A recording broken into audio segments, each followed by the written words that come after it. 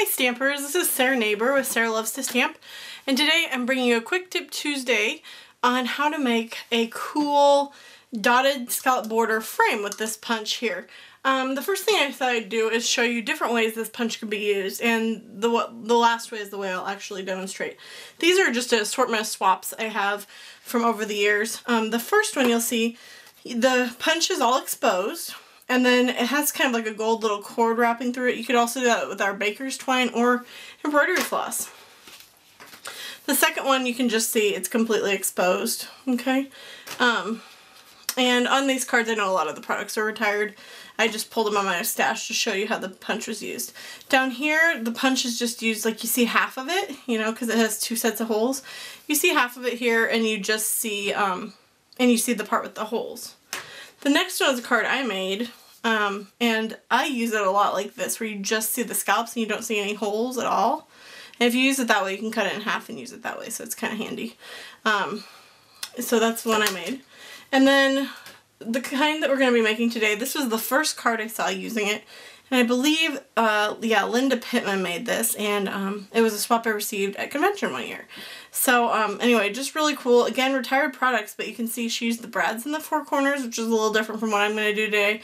And she used a square of DSP where I'm going to stamp on today. So that gives you just some different ideas of how to use this technique. Here's another sample I made. It's more hidden, and I used the pearls in the four corners on this one. And then today, the frame that we're talking about. Okay, I used the Button Buddy stamp set here, and here's the frame we're talking about. And then you can just see I stamped right on the piece where the Linda had a piece of the DSP.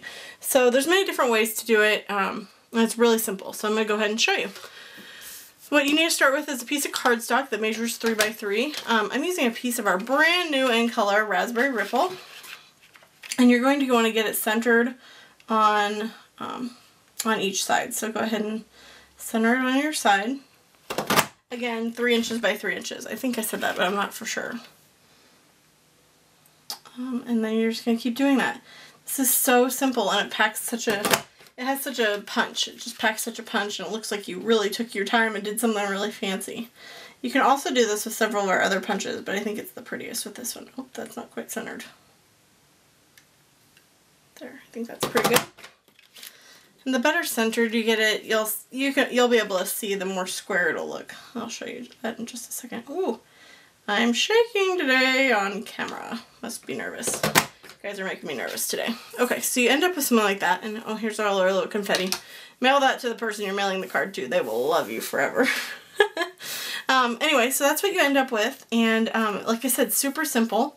And I started with a 3 by 3 square, and then on the inside here, it's almost 2 by 2. It's a hair smaller, so if you want to cover that completely up, or I wanted it to have just a tiny little mat, so I did 1 7/8 by 1 7/8 for my Whisper White, or I'm sorry, I guess I used Very Vanilla today for this square that I put in here. It's 1 7/8 by 1 7/8. And I'll just tell you a few other details of this card. Like I said, I used Button Buddies. And I used an old Stampin' Up! Button. Our new ones are all shiny. This one's kind of dull, matte looking. And I also used the color, the stamp color, and then also some of these other, back here, the paler pink is another new ink color. It's called Primrose Petals. It's beautiful. I love these two together, and it's really a clean combination with the Very Vanilla. And then I used the punch pack in the corners. The little punch pack, it comes with 3 of them. And the circles would be cute over there, and then there's also like a 4-petal one that would be really cute too, so you can vary it up, and I put little rhinestones in them. You don't even have to do that, whatever you want to do. Brads are great there, bigger rhinestones alone. It's really up to your imagination.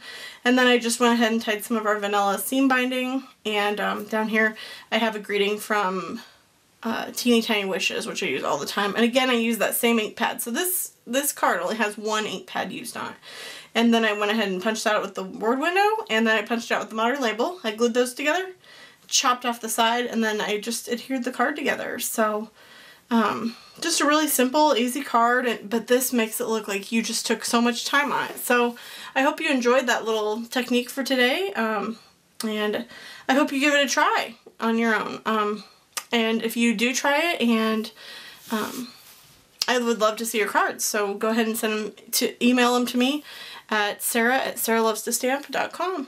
I would love to see them. So I hope you guys enjoyed that Quick Tip Tuesday for today. I'll see you next Tuesday for another Quick Tip Tuesday, and I hope you all have a great day.